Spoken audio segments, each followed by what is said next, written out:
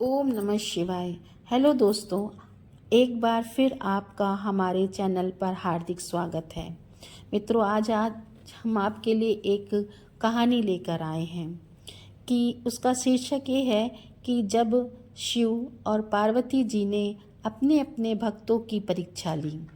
तो कहानी ये है कि एक बार शंकर जी और पार्वती जी कैलाश पर्वत पर चर्चा कर रहे थे। उस चर्चा में दोनों अपने अपने भक्तों की चर्चा कर रहे थे। माँ पार्वती से शंकर जी बोले, देवी बताओ तुम्हारे भक्त कैसे होते हैं। इस पर पार्वती जी बोली, महाराज आप बुरा ना मानिए, तो आपके भक्तों से ज़्यादा अच्छे होते हैं हमारे भक्त। इस पर शिव जी बोले, कैसे पता चले कि किसके भक्त ज़्यादा अच्छे हैं। शंकर जी ने पार्वती जी से कहा, देवी आपको परीक्षा लेने में बहुत आनंद आता है और आप परीक्षा लेने में निपुण भी हैं। तो चलो अपने भक्तों की परीक्षा ले लेते हैं। दोनों शंकर जी और पार्वती जी ने एक बूढ़े गरीब पति पत्नी का रूप रख लिया। ऐसा रूप रखा जैसे लग रहा हो कि 6 महीने से स्नान ही न किया हो। पूरा शरीर धूल मिट्टी से भरा हुआ था। वृद्ध शरीर था। पहले दोनों एक नगर पहुँचे। उस नगर का राजा पार्वती जी का भक्त था। माँ पार्वती शंकर जी से बोली, पहले आप हमारे भक्त के यहाँ चलो। यहाँ का जो राजा है वह हमारा भक्त है। आप चलकर देखो कैसी हमारी आवभगत करता है, कैसा हमारा स्वागत करेगा। शंकर जी और पार्वती जी ने अपना रूप तो बूढ़ा गरीब और धूल मिट्टी से सना हुआ बना रखा था। अंग पर जो वस्त्र थे वह भी कटे फटे पुराने से नाम मात्र को थे। द्वारपाल जो द्वार पर था, माँ पार्वती ने उसके पास जाकर कहा कि यहाँ के राजा से कहो जाकर कि हम उनसे मिलना चाहते हैं। बड़े लोगों के द्वारपाल भी बड़े गजब के होते हैं। अब राजा के द्वारपाल थे तो अभिमान तो होगा ही। द्वारपाल ने राजा को बताया कि महाराज, एक पति पत्नी आपसे मिलना चाहते हैं। महाराज ने द्वारपाल से पूछा, कैसे हैं? तो द्वारपाल ने बताया कि बहुत वृद्ध हैं, फटे पुराने कपड़े शरीर पर हैं, पूरा शरीर धूल मिट्टी से भरा पड़ा है। इस पर महाराज ने कहा, मैं कोई फ्री नहीं बैठा हूँ कि सबसे मिलता फिरूं। क्या मुझे कोई काम नहीं है?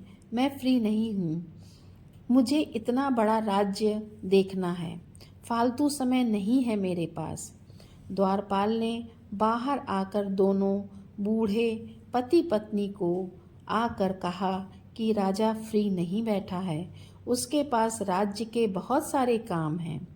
तब पार्वती जी ने द्वारपाल से कहा कि महाराज से जाकर कहो कि तुमसे मिलने शंकर पार्वती आए हैं।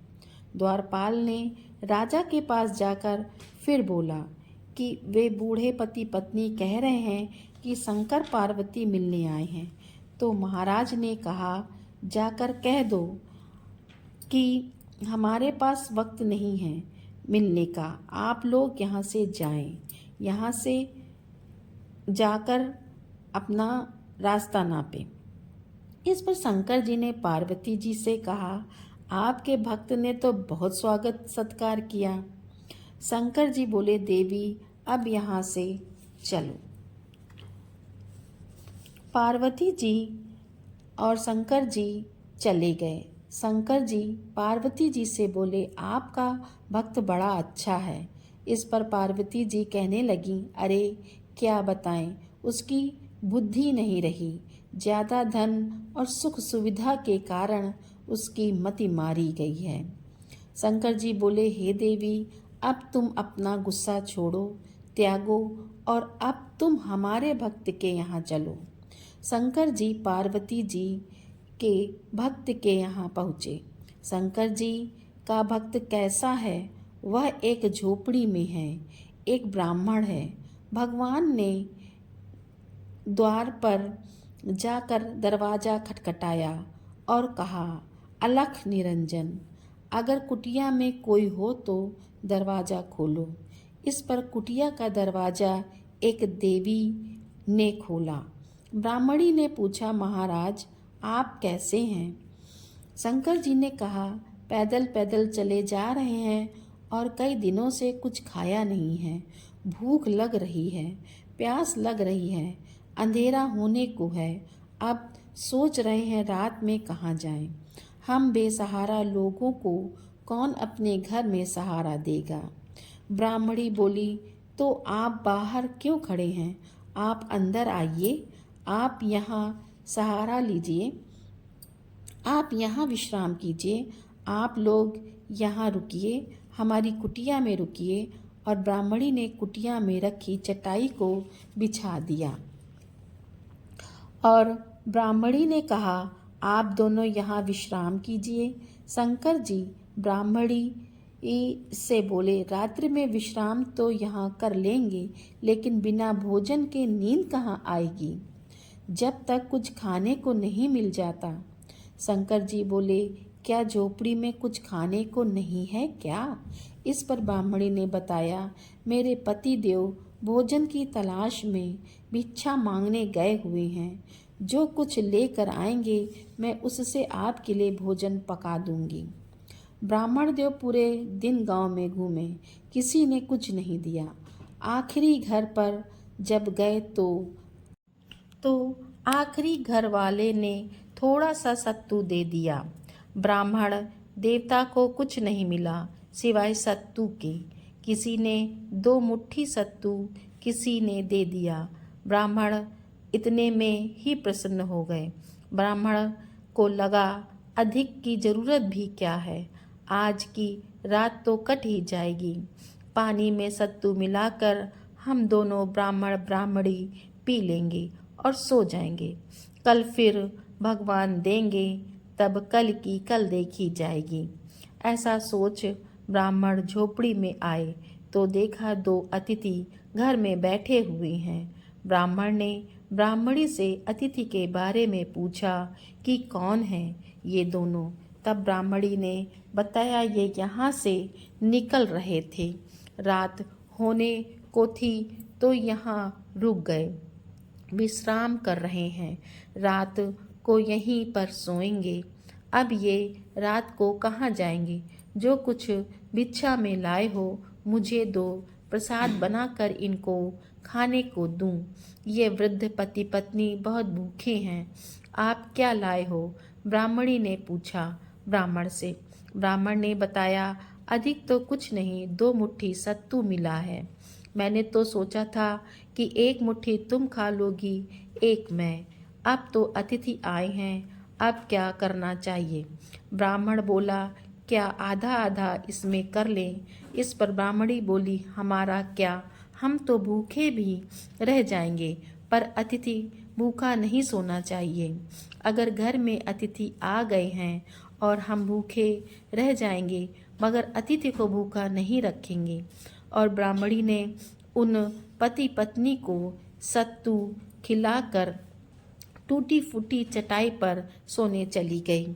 यह देखकर पार्वती जी शंकर जी से बोली, जल्दी से यहाँ से चलो, क्योंकि जितनी देर हम लोग रहेंगे उतनी देर तक ये दोनों ब्राह्मण ब्राह्मणी हमारी सेवा और चाकरी में लगे रहेंगे, अपनी व्यवस्था नहीं कर पाएंगे। और शंकर जी पार्वती जी झोपड़ी से निकल आए। रास्ते में दोनों शंकर जी और पार्वती जी बात करने लगे तो पार्वती जी बोली, मुझे उन ब्राह्मणी का दुख देखा नहीं गया। क्या सारी उम्र वे ऐसे ही जीवन जिएंगे? हे प्रभु, आप उनके लिए कुछ कर दें और उस अभिमानी राजा को भी सबक सिखा दें जो धन के मद में चूर है। शंकर जी बोले, पार्वती जी, मैं आपके आदेश का ही इंतजार कर रहा था। तब शंकर जी ने राजा को, जो धन के अभिमान में चूर था और जिसके घर अतिथि का कोई आदर सत्कार नहीं किया जाता था, उसके यहाँ दरिद्रता फैला दी और जो अतिथियों, बेसहारा और मजबूर लोगों की सहायता और सेवा करने वाले ब्राह्मण ब्राह्मणी की झोपड़ी की जगह महल और धन दौलत कर दिया।